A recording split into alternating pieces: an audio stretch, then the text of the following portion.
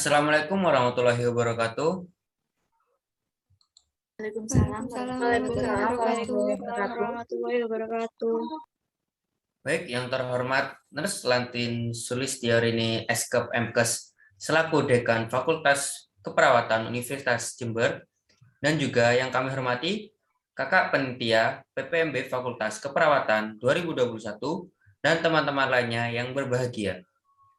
Pertama-tama, marilah kita panjatkan puji syukur kita kepada Allah SWT yang telah memberikan rahmat kesehatan dan hidayahnya sehingga kita dapat berkumpul pada hari ini meskipun melalui via Zoom.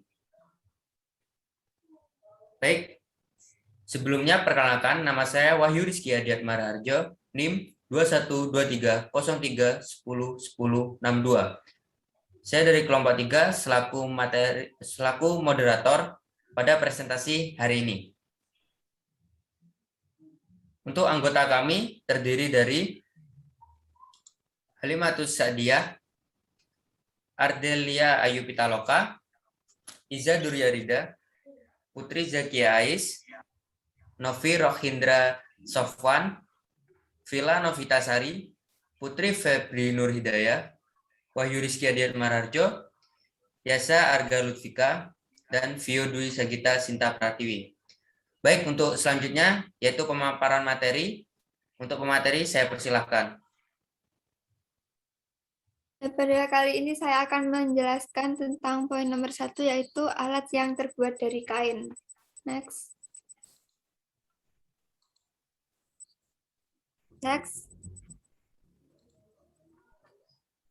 Yang pertama ada kibrat es, yaitu untuk mengurangi rasa nyeri, bengkak, memar, kemerahan, dan gejala peradangan lain akibat cedera. Kemudian ada waslab, yaitu untuk menyeka tubuh bayi saat mandi. Lalu ada handuk pasien untuk mengeringkan badan pasien. Next. Kemudian selanjutnya ada baju pasien, yaitu dirancang dari pihak rumah sakit untuk memudahkan para ahli medis mengakses bagian dari tubuh pasien yang dirawat. Kemudian ada mitela untuk menekan terjadinya pembengkakan pada cedera. Lalu ada nurse cap, yaitu untuk melindungi rambut agar tidak rontok dan tercecer sehingga tidak mengganggu atau mengotori bahan dan media lain yang dapat membahayakan. Next.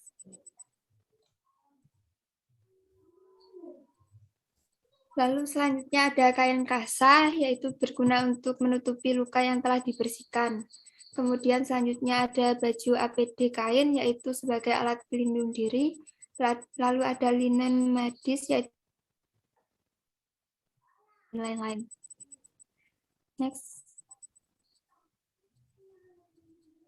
Kemudian ada cervical solar, yaitu untuk alat terapi leher untuk mengurangi gangguan pada bagian kontrol leher sehingga mampu menyangga leher dan kepala agar tidak mendongak ke belakang maupun ke depan. Kemudian ada perban tubular, yaitu untuk menyangga persendian yang cedera. Lalu ada simple island dressing, yaitu untuk menutup luka yang telah dijahit sehabis operasi. Next.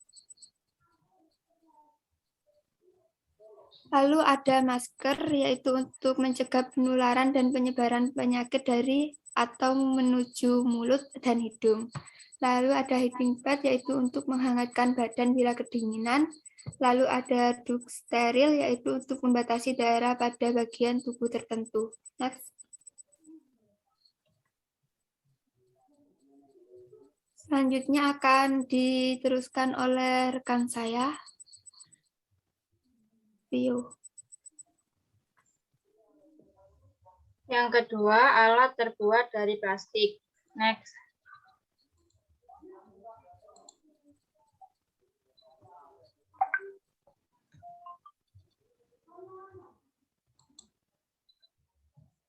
Yang pertama, ada alat bantu dengar. Alat ini berfungsi untuk pasien gangguan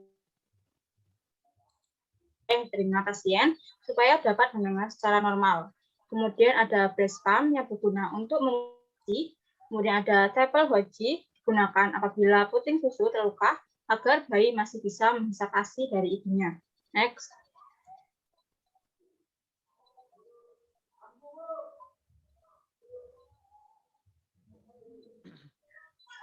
Ada pispot yang berfungsi untuk membantu pasien yang tidak bisa buang air besar di kamar mandi. Kemudian ada masker oksigen untuk membantu pernafasan atau transfusi oksigen. Kemudian ada urine bag untuk menampung atau membuang cairan urin. Next.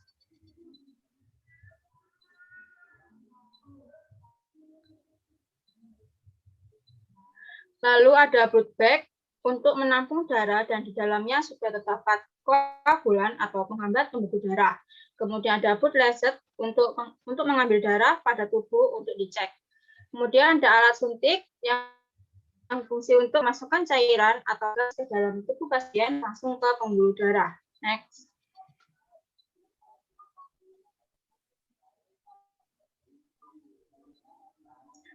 Kemudian ada pulse oximeter, alat pengukur kadar oksigen darah. Ada termometer yang berfungsi untuk alat pengukur suhu badan. Kemudian ada colostomy bag, yaitu untuk menampung feses cairan gas yang keluar dari lubang usus buatan pengganti anus. Next.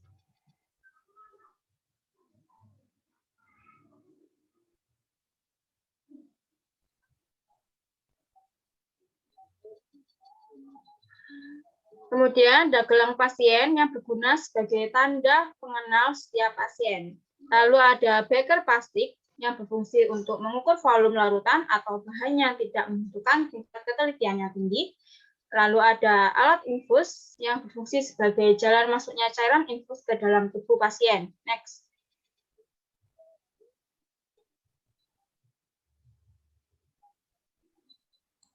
Untuk materi selanjutnya akan dibacakan oleh teman saya. Selanjutnya, yang ketiga, alat terbuat dari stainless.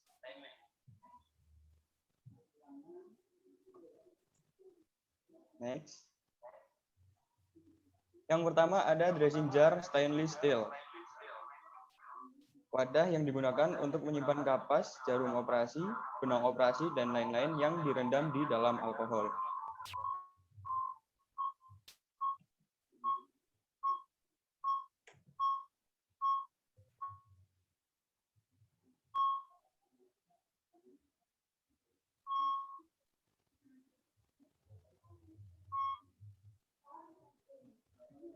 Yang kedua ada dressing sterilizing case, kegunaannya untuk tempat pembalut-pembalut yang sudah digunakan.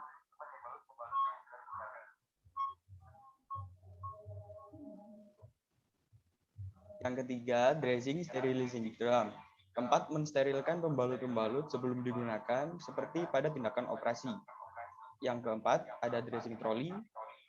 Dressing trolley ini digunakan sebagai peralatan medis dengan kaki meja beroda memudahkan petugas kesehatan untuk memindahkan meja tersebut. Yang kelima, ada termometer jar sebagai tempat menaruh alat-alat termometer.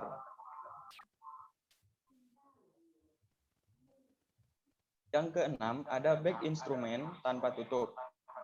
Biasanya wadah ini digunakan untuk menaruh instrumen-instrumen kesehatan seperti gunting anatomis, pinset, jarum suntik, klem yang belum disterilkan atau yang sudah digunakan saat operasi. Yang ketujuh, ada bedpan untuk menampung feses pada pasien yang tidak bisa ke WC atau ke toilet. Yang kedelapan, ada obstetrical stethoscope untuk mendengarkan bunyi jantung bayi dalam kandungan.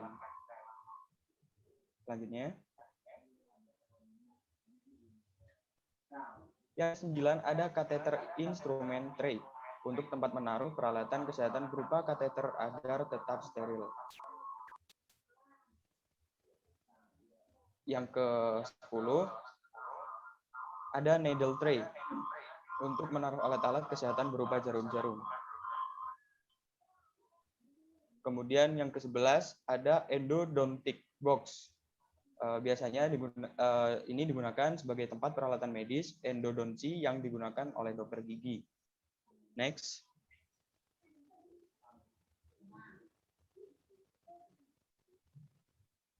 Yang nomor 12, ada near beacon, tempat membuang kapas bekas pakai, muntah, nanah, dan lain-lain. Dan bisa juga sebagai wadah obat-obatan seperti kapas, alkohol, perban, jarum, dan lain-lain. Yang selanjutnya ada tabung korentang. Tabung korentang sendiri biasanya digunakan untuk menyimpan dan meletakkan korentang agar tetap terjaga kesterilannya. Yang selanjutnya ada waskom troli. Biasanya digunakan sebagai tempat penampungan air untuk membersihkan badan pasien.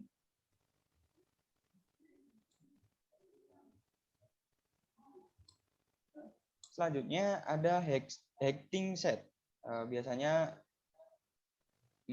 hecting set seperangkat instrumen kedokteran untuk melakukan tindakan bedah minor seperti hitan yang terdiri dari 18 macam item. Yang selanjutnya ada spitting mouth sebagai tempat untuk pasien membuang ludah atau riak. Selanjutnya ada loading cup stainless. Wadah untuk menyimpan iodin sementara waktu selama proses tindakan. Seperti kapas dan kasa dicelupkan iodin ke dalam wadah tersebut lalu dioleskan sesuai dengan kebutuhan pasien. Selanjutnya ada galipot stainless untuk tempat antiseptik dengan ukuran cukup kecil sehingga bisa masuk ke dalam bak instrumen. Kemudian ada bag instrumen sebagai tempat untuk menaruh instrumen-instrumen atau alat-alat kesehatan agar tetap dalam kondisi steril seperti gunting anatomis, pinset, jarum suntik, dan lain-lain. Yang selanjutnya ada forceps jar untuk menaruh pinset, klem, dan tang yang sudah disterilkan agar tetap steril. Selanjutnya, terima kasih.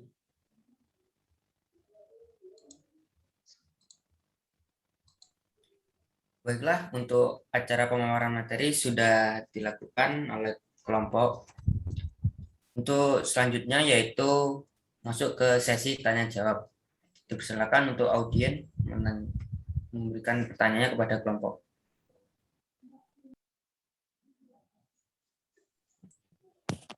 Baik, dipersilakan Assalamualaikum. untuk Novi. Waalaikumsalam warahmatullahi wabarakatuh. Assalamualaikum warahmatullahi wabarakatuh. Perkenalkan, saya Nafira Cindra, NIM 212303101051. Saya ingin bertanya, apa saja kombinasi alat bedah dalam heating set? Sekian dari saya.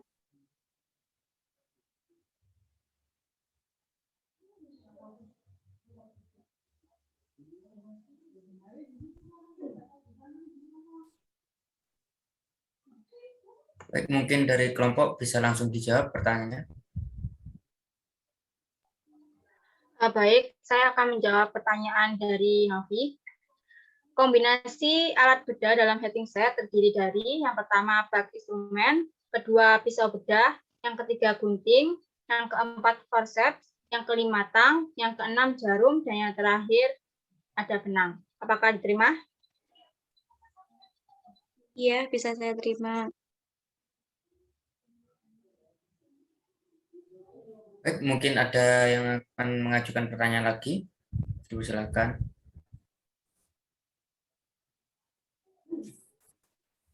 Baik, silakan dari Iza. Assalamualaikum warahmatullahi wabarakatuh. Waalaikumsalam warahmatullahi wabarakatuh. Perkenalkan, nama saya Iza Duria Rida dengan NIM 2123031011024. Di sini saya akan menanyakan tentang bagaimana perawatan alat-alat kesehatan yang terbuat dari logam. Terima kasih. Baik, saya Putri Zaki Ais. Saya akan menjawab pertanyaan dari siapa? Kak Iza, yaitu cara perawatan alat dan bahan baku alat yang yaitu pertama menyimpan pada tempat yang bertemperatur tinggi yaitu 30 Celcius, 37 Celcius untuk menghindari terjadinya karatan dan lingkungan yang kering. Kalau perlu memakai bahan silikon sebagai penyerap uap air. Yang kedua yaitu sebelum disimpan, alat harus bebas dari kotoran, debu atau air yang melekat, kemudian olesi dengan minyak oli atau parafin cair. Bagaimana Mbak? Apa sudah jelas? Iya, terima kasih.